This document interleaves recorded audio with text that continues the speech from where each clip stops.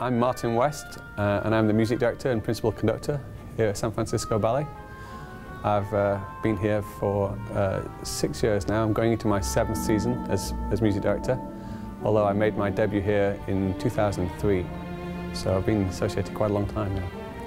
Conducting for ballet is very different than conducting symphonic works because not only do you have to play great music, you also have to be able to play great music which people can dance to.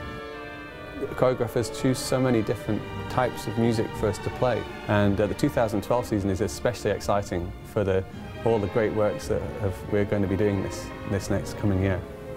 So Onegin is the music's by Tchaikovsky, except it's actually an arrangement of various pieces by Tchaikovsky made into a ballet by Karl-Heinz Stolzer.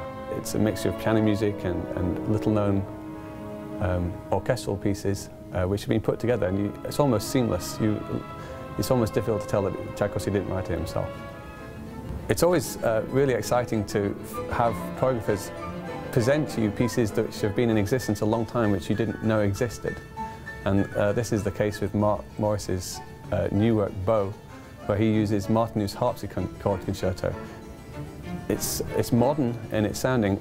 Obviously it sounds a little old because of the harpsichord, but it has this freshness and vitality and rhythmic drive, as well as Martineau's really quirky harmonic language.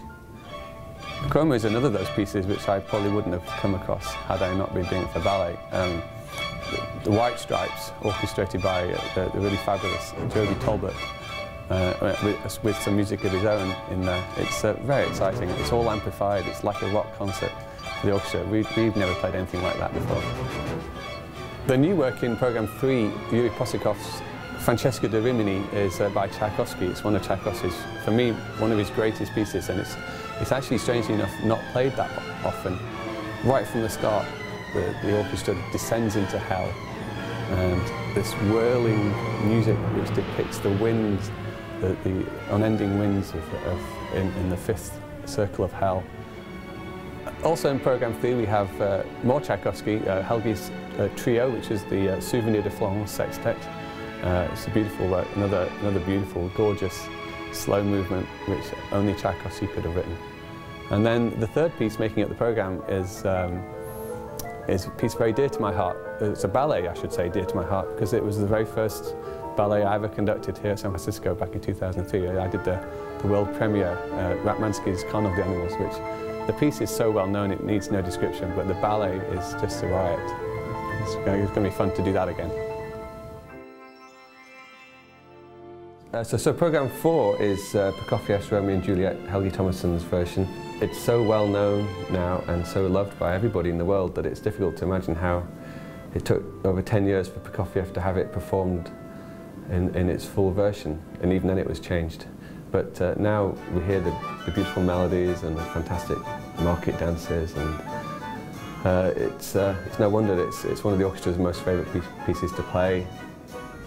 Ever since I've worked in ballet, I've been peddling certain pieces to choreographers, and I've never had any success.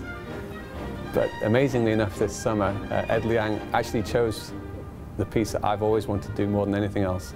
It's one of my most favourite pieces of all time.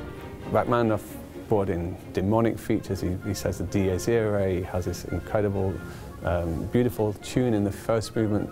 He quotes from his own first symphony. It was like his whole life summation in one 30-minute piece.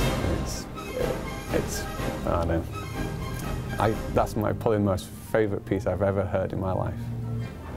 Just to prove the orchestra's versatility, Ashley Page has chosen a piece by John Adams, which he wrote about 10 years ago, called A Guide to Strange Places. And it's, like all Adams, it's very rhythmic, very complicated, all sorts of strange creatures, almost, buzzing around. It's very busy. It's going to be a huge challenge, but it's going to be lots of fun, I think. Also in that program is a piece which is obviously very dear to our orchestra. It was written by a member of our orchestra, Shinji Eshima, last year, and we were also pleased that not only were we able to do a piece by him, but that it was such a success.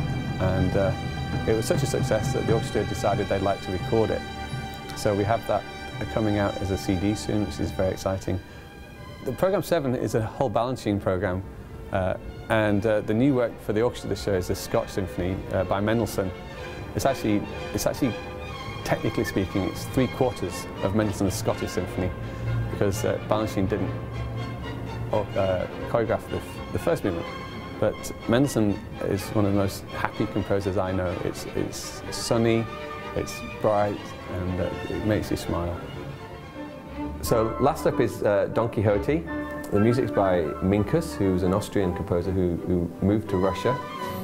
It's full of comic humour, great tunes.